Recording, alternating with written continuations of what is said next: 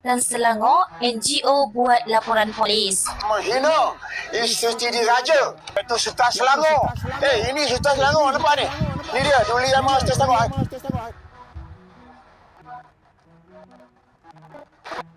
Gabungan Pertubuhan bukan kerajaan NGO bersama pemuda UMNO Gombak hari ini membuat laporan polis pejabat di daerah Ibu IPD Pejabat Gombak Polis Daerah berhubung IPD satu Gombak hantaran di media sosial yang satu didakwa hantaran di media menghina sosial yang institusi didakwa menghina institusi Diraja Selangor.